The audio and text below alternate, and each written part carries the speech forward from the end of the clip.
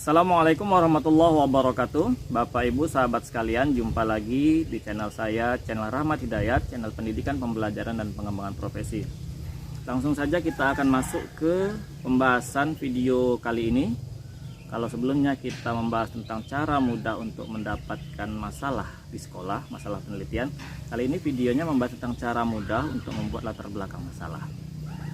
Ada trik khusus agar kita tidak ruwet dalam membuat latar belakang masalah. Bagaimana caranya? Langsung saja. Apakah latar belakang masalah itu? Latar belakang masalah adalah bagian awal karya ilmiah yang disusun secara sistematik untuk mengemukakan masalah serta alasan mengangkatnya. Tidak ada masalah di situ. Latar belakang masalah muncul setelah ditemukan masalah dan siap untuk melakukan penelitian. Jadi, temukan dulu masalah di dalam sebuah setting atau lokasi penelitian.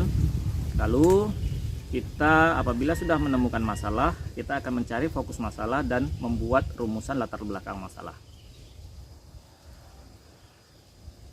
Latar belakang masalah yang baik itu setidaknya ada 5 komponen nada lavosi.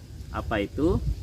Nah, yang pertama adalah fenomena, berarti jelas fenomenanya. Ada sebuah fenomena atau satu atau beberapa fenomena yang terjadi dalam setting penelitian. Lalu ada data dan teori, jelas data dan jelas teorinya. Kemudian jelas celahnya. Jadi di dalam tulisan latar belakang masalah tersebut jelas fenomenanya, jelas data dan teorinya ada, kemudian nampak di sana celahnya. Lalu jelas fokusnya.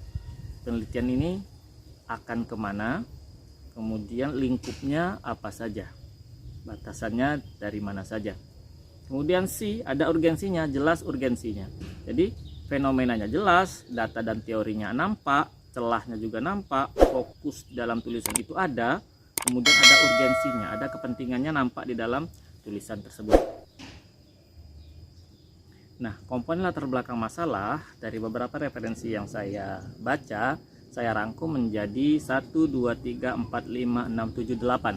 Yang pertama, di dalam komponen tulisan latar belakang masalah itu ada topik penelitian. Topik penelitian misalnya pembelajaran biologi. Karena saya guru biologi, topik penelitian saya adalah pembelajaran biologi. Lalu ada fenomena atau ada masalah. Contohnya, jadi kita bisa tulis di sini fenomenanya apa-apa saja. Ada satu atau lebih masalah yang terlihat oleh kita. Contohnya adalah pada pembelajaran biologi ada masalah. Yang pertama, hasil belajarnya rendah, kemudian aktivitas belajar pasif, tidak aktif. Nah, setelah kita melihat fenomenanya, kita menguraikan masalah tersebut, fenomena tersebut dalam tulisan.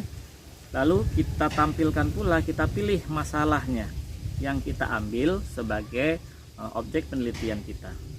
Nah, saya ambil misalnya adalah aktivitas belajar pasif pada masalah kedua. Lalu di dalam tulisan yang baik pada latar belakang masalah ada fakta dan data masalah. Contohnya aktivitas belajar di lokasi penelitian. Jadi aktivitas belajar di lokasi penelitian itu pasif siswanya. Misal pada kelas ini untuk pembelajaran biologi siswanya pasif, padahal sudah dilakukan perlakuan tertentu di dalam proses pembelajaran. Selanjutnya ada komponen teori pendukung. Ada terlihat teori pendukung di dalam tulisan tersebut. Jadi teori itu membicarakan variabel masalah dan variabel solusi. Jadi objek penelitian kita, aktivitas belajar, variabel aktivitas belajar itu ada teorinya yang mendukung bahwa aktivitas belajar itu tidak boleh pasif, harus aktif siswanya. Lalu ada variabel solusi atau variabel penelitian, misalnya kelakuan kita. Kalau misalnya penelitian eksperimen, ada juga teorinya di dalam latar belakang masalah tersebut. Lalu ada solusi, komponen solusi atau variabel penelitian. Nah, solusinya saya akan mengangkat model pembelajaran tertentu. Jadi ada teori, ada juga disebutkan di dalam latar belakang masalah itu solusinya. Contohnya model pembelajaran A atau model pembelajaran B. Nah, selanjutnya ada judul. Contohnya judulnya adalah penerapan model pembelajaran bla bla bla dalam meningkatkan aktivitas belajar siswa. Selanjutnya ada fokus. Nah, fokus ini pada beberapa laporan penelitian biasanya terpisah dari latar belakang masalah. Jika laporan penelitian ini laporan yang singkat, contohnya seperti laporan bagi guru untuk membuat PTK misalnya, biasanya tidak semuanya ada fokus penelitian atau subbab fokus penelitian, maka bisa dimasukkan ke dalam latar belakang masalah. Apa fokusnya? Dapat berupa lingkup variabel, ada subvariabelnya, kemudian ada settingnya, lokasinya di mana, kemudian waktunya, biaya, dan lain sebagainya. Nah, Bapak Ibu sahabat sekalian, saya akan mencontohkan sebuah latar belakang yang mana 1, 2, 3, 4, 5, 6, 7, 8 komponen itu ada di dalamnya. Mari kita lihat bersama-sama. Nah, Bapak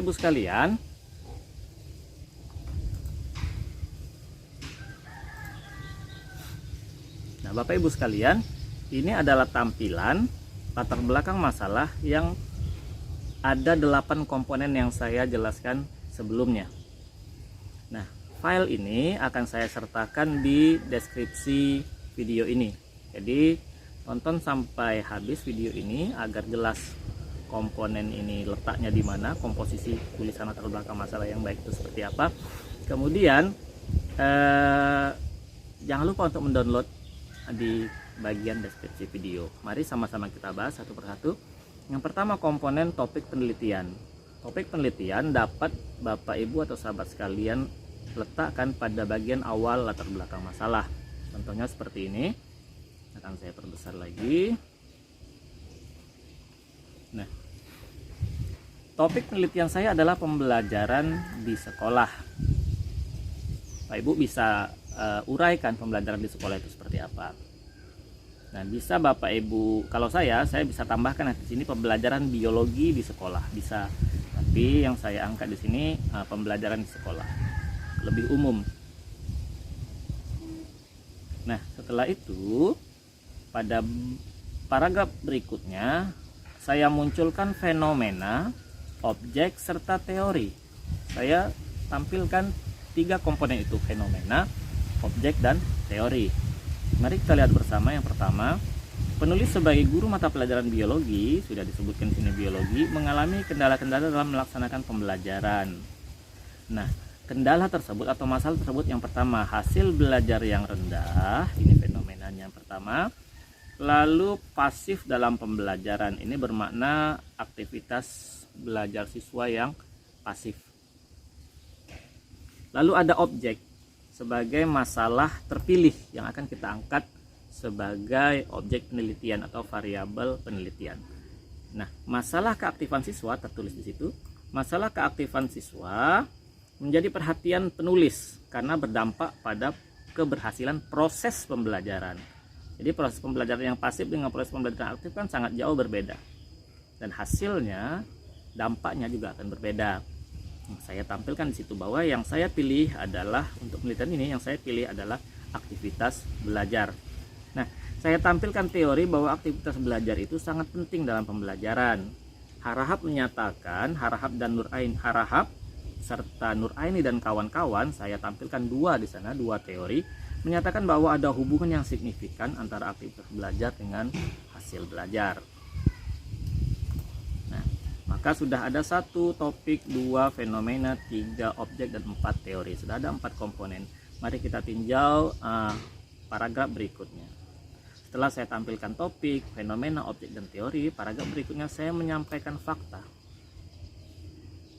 Nah, fakta di lapangan memang pasif siswa dalam belajar biologi. Meskipun guru saya misalnya sudah melakukan pembelajaran berpusat pada siswa, atau mungkin tidak selalu, di sini saya tebalkan, penulis memang tidak selalu, meskipun juga diterapkan yang berpusat pada siswa, tidak semua siswa ikut dalam pembelajaran. Masalahnya, kondisi sekolah yang masih memiliki keterbatasan media, sumber belajar, aliran listrik yang sering padam. Nah, itu Bapak Ibu sahabat sekalian bisa sampaikan fakta-fakta yang ada di lapangan. Bahkan jika Bapak Ibu ingin atau menambahkan di latar belakang masalah ini pada materi sebelumnya, pada materi-materi sebelumnya aktivitas siswa sangat pasif sehingga hasil belajarnya rendah. Bapak Ibu bisa sampaikan rata di sini, Bapak Ibu bisa tulis rata nilai siswa untuk materi apa. Nah, materi sebelumnya ya, materi sebelumnya dengan tema titik-titik sangat rendah, yaitu sekian misalnya seperti itu fakta. Bapak Ibu bisa tambahkan sebagai penguat bahwa aktivitas belajar pasif sebagaimana disampaikan di teori di atas itu berkorelasi dengan hasil belajar. Pasif siswanya, rendah hasil belajarnya. Bapak Ibu bisa sampaikan fakta-fakta tersebut. Lalu pada paragraf berikutnya setelah ada 4 tambah fakta jadi 5 komponen, saya paragraf berikutnya menampilkan komponen 6 dan 7, solusi dan teori.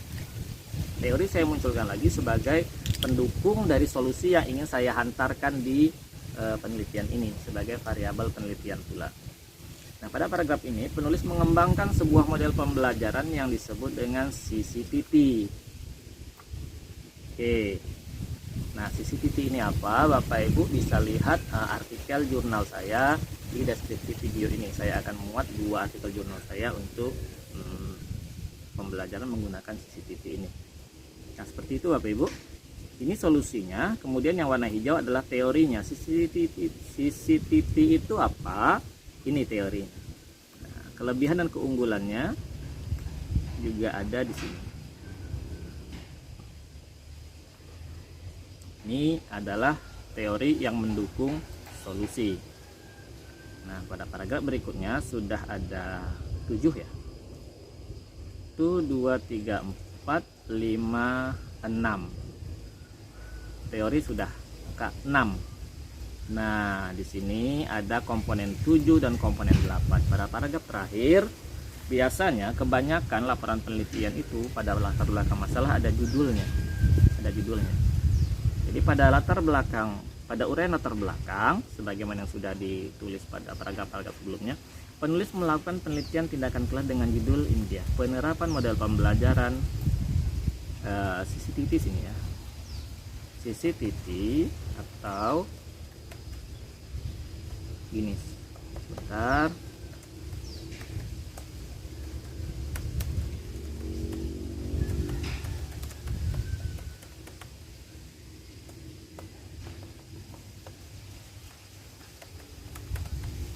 nah,